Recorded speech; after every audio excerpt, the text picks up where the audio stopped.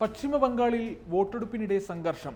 South പാർഗനാസിലെ കുൽത്താലിയിൽ electronic voting യന്ത്രങ്ങളും VVPAT മെഷീനുകളും കുളത്തിലെറിഞ്ഞു. 40-41 number polling സ്റ്റേഷനുകളിലാണ് ജനക്കൂട്ടം ആക്രമണം നടത്തിയത്.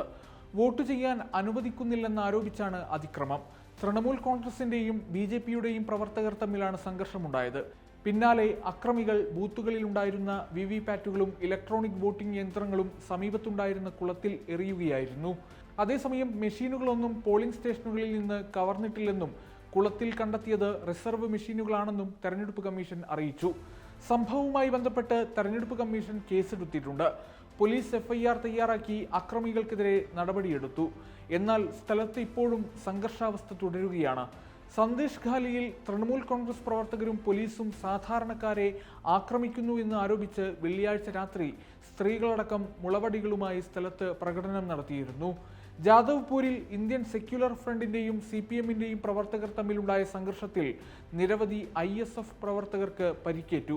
അക്രമികൾ നാടൻ ബോംബുകളടക്കം ഉപയോഗിച്ചാണ് അക്രമം നടത്തിയതെന്നാണ് പുറത്തുവരുന്ന റിപ്പോർട്ടുകൾ. അതേസമയം ലോക്സഭാ തെരഞ്ഞെടുപ്പിന്റെ അവസാനഘട്ട വോട്ടെടുപ്പ് പുരോഗമിക്കുകയാണ്. പഞ്ചാബ്, ഉത്തർപ്രദേശ്, ബീഹാർ, പശ്ചിമ ബംഗാൾ എന്നിവയടക്കം 7 സംസ്ഥാനങ്ങളിലും കേന്ദ്രഭരണ പ്രദേശമായ ചണ്ഡീഗഡിലുമായി 57 സീറ്റുകളിലേക്കാണ് ഇന്ന് വോട്ടെടുപ്പ് നടക്കുന്നത്.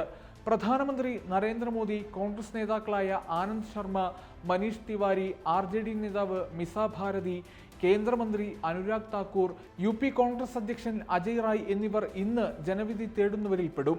ലോക്സഭാ തെരഞ്ഞെടുപ്പിന്റെ അവസാന ഘട്ടം ഇന്ന് പൂർത്തിയാകുന്നതോടെ തങ്ങൾ 400 സീറ്റിന്റെ ഭൂരിപക്ഷം പിന്നിടുമെന്നാണ് BJP അവകാശപ്പെടുന്നത്.